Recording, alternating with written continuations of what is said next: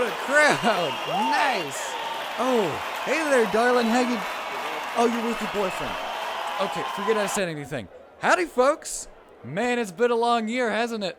80 long days of brain throbbing and learning, and for what?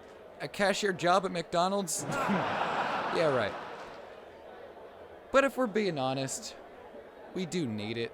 Yeah, boo, but we do need it. I mean, let's be honest, this long life ahead of us, it needs some foundation behind it. Something to keep it bolted to the ground. Never mind the fact that that foundation is built on the ability to name less than 5 presidents with lots of brain power and a shaky math skill at best, but it's a foundation nonetheless. And if the school thinks it's important enough for us to all learn that, then, I'll dig, I'll abide, I'll do it.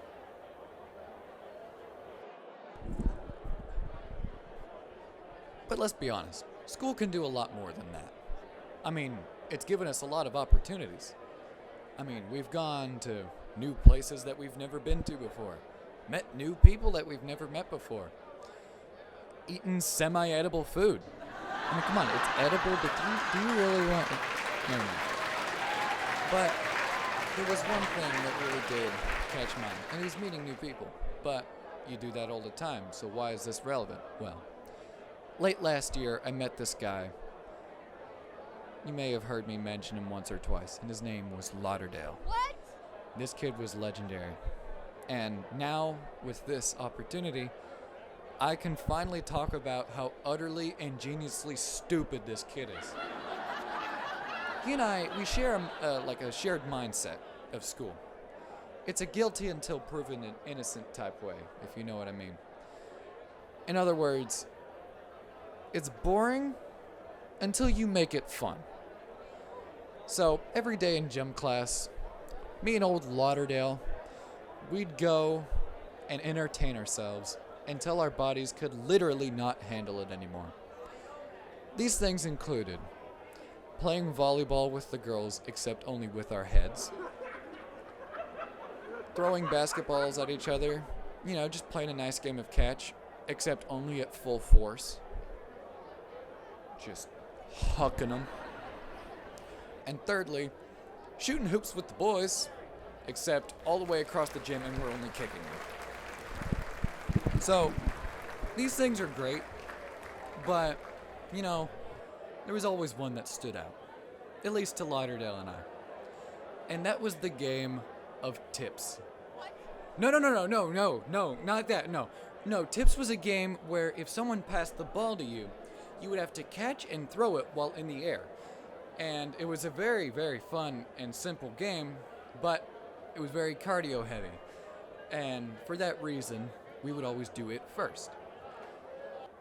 But not before taking our sweatpants off and changing into shorts. I mention this, not just out of the blue, but because it has significance. And our method of changing from sweatpants to shorts might be a bit untraditional in your eyes. Allow me to elaborate. Have you ever just gone into the middle of the gym, packed, full of people playing basketball, volleyball, and whatnot, and just taken off your sweatpants with shorts under them in front of everybody watching you? We did. Every day. And it was never not hilarious.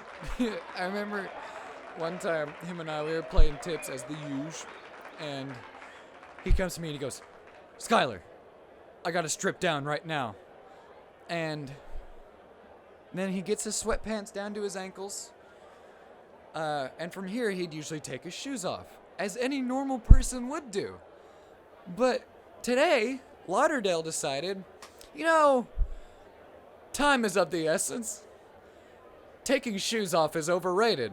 And then he proceeded to do what I have since dubbed the standing dead fish, and it was this little number.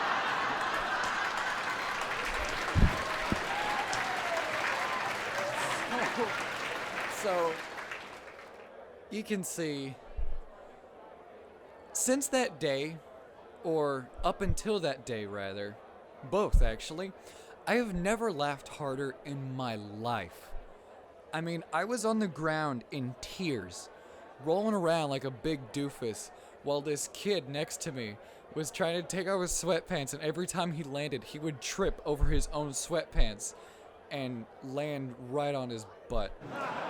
It was the greatest. This kid is a riot. I mean, come on. And every time I'm with my friends, I say the obligatory phrase that's kind of become synonymous with him at this point with us. I'll always say, there's never a dull moment with him. And they agree with me 100%. You know, funny thing is, I would have never met that goof of nature unless I decided to come here and open my big mouth. And, you know, he taught me that day that you don't need to care about what people think about you. You don't need to care about what people think about what you're doing. Only if you know what you're doing is right. I don't want people taking this speech the wrong way and to go, those Karens have it coming. I'm going to take them out because I know it's the right thing to do. No, it's not the right. Well, maybe. No. I'll get back to you on that. On a more serious note, this class has meant a lot to me. And every speech given has just made me appreciate you all more and your dedication to public speaking. Admittedly, I didn't think this would be my favorite class. Not at all. But I'm so glad it was. And I really have all of you to thank for that. And as for Dr. Nuss, I really appreciate you. A lot more than you can probably imagine. I'd say I appreciate you for putting up with us when Dawson, Molly, and I would chuck bad jokes at you. For tolerating us, the class, when we would misbehave, cross over the boundaries a little. But most of all, I appreciate you for letting us just be us, without any filter. I mean, it actually means a lot to me. Hey, you'll go down as one of my favorite teachers, hands down. One of my favorite classes, too. But, for now, my fellow classmates, I bid you adieu until we meet again.